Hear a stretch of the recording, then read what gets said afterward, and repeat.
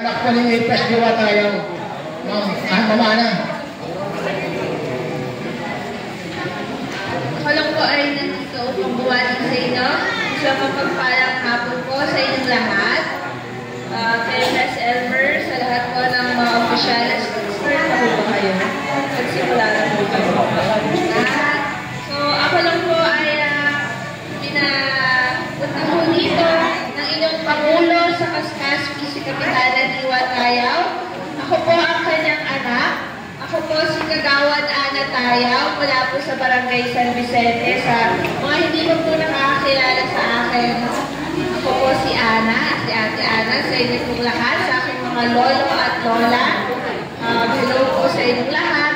Ako lang po ay pinapunta dito ni Kapitana Diwa Tayaw upang magdala ng onting pagdagdag sa inyong parapol. Or bahala na po kayo kung ano po kayong gagawin.